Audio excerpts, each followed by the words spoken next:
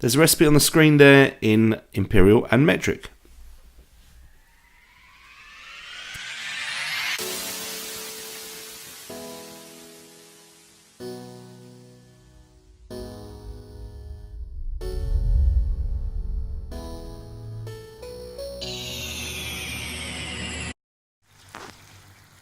Now, doesn't that look nice?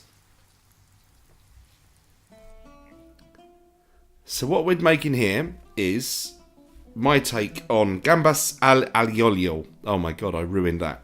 You're going to forgive me. Classic Spanish garlic prawn dish. Usually done with masses of olive oil. But, you know, I have a slight penchant for the butter. So I prefer this. I think it rocks. But by all means, feel free to replace the butter with olive oil. And it will be almost as yummy.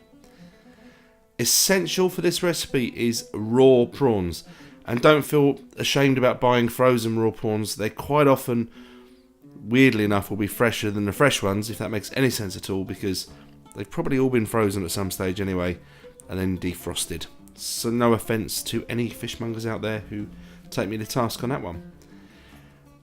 I like the whole ones. I like to peel them myself. You don't absolutely have to, but I like to use all the heads and the shells later, so I've popped those leftover shells in a little freezer bag, and they will come out when I need to make a little prawn stock at some stage in the future. Beautiful. What I'm doing there, this is how I devein. You don't have to cut them all the way through like I've done there. I like it. If you saw my Thai prawn soup recipe, I think you'll agree it looks really nice. When they're cooked, they curl up a little bit like sort of fusilli pasta. But if you don't want to do that, cut in just a few millimeters, and that'll be enough just to expose the vein there. And do take time to get that vein out. It's not going to do you any harm, but it's just not very nice, is it really? It's a bit yuck, to be honest with you. So I like to get all that out there if I can. And once I've got all those done, this is a really quick and easy dish, by the way. You don't have to put your initials in the pan, but I like the M for Uncle Matt. Feel free to do the same. So a little bit of olive oil will also help to stop this burning. If you just go in with butter, there's a good chance it might toast a bit. And we're not looking for burnt noisette at all in this one, not necessary. And yes, that is a lot of garlic. Feel free to put less or even more. It's completely up to you. The recipe I put on the screen earlier is a guide. Just do what you want. It doesn't really matter.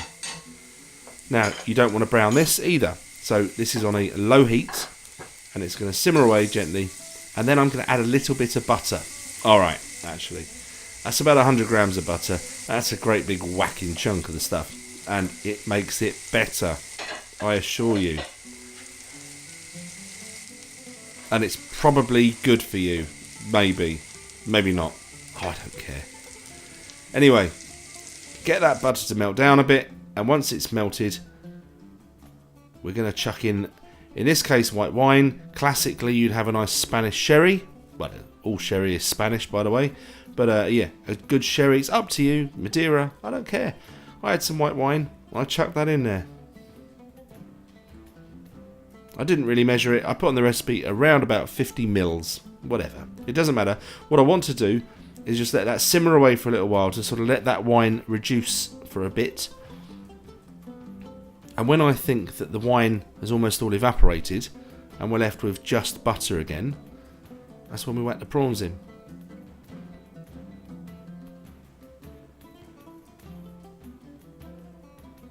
We're just about at that point now. And what I love about cooking prawns is they go from this very unappealing battleship grey colour, like they are now, to just this beautiful, pretty pink, pastel-y pink colour. It's gorgeous. They look nice and taste better. So I'm just arranging them in the pan there, just to even them out. You want to be cooking these for 4 to 5 minutes on a low heat. You don't need to cook them any longer. And the great thing about prawns is you can see when they're ready with your eyes. They're all lovely and pink. But try not to cook them on too much of a high heat, because they will become a little bit chewy and tough. If you cook them nice and slowly like I'm doing, they will be beautifully delicate. We are getting nearly there now.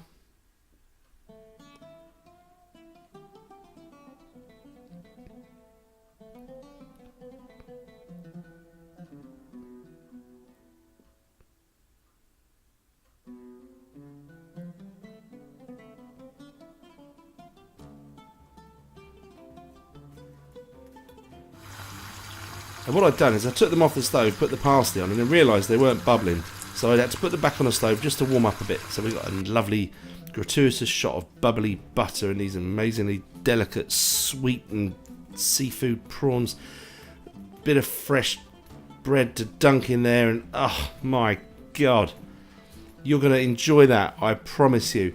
Now that was 600 g bag of prawns, and that should be enough for about 4 people as a starter. But me and the missus, we polished it off, just me and her, in about 5 minutes. Anyway, it was cracking. Thank you very much for watching this episode of Uncle Matt's Cookery Lessons. Got to give these a go, haven't you? Let me know in the comments how you get on. Please do not forget to like and subscribe, and I'll see you in the next video, which is going to be some lovely sea bass very soon.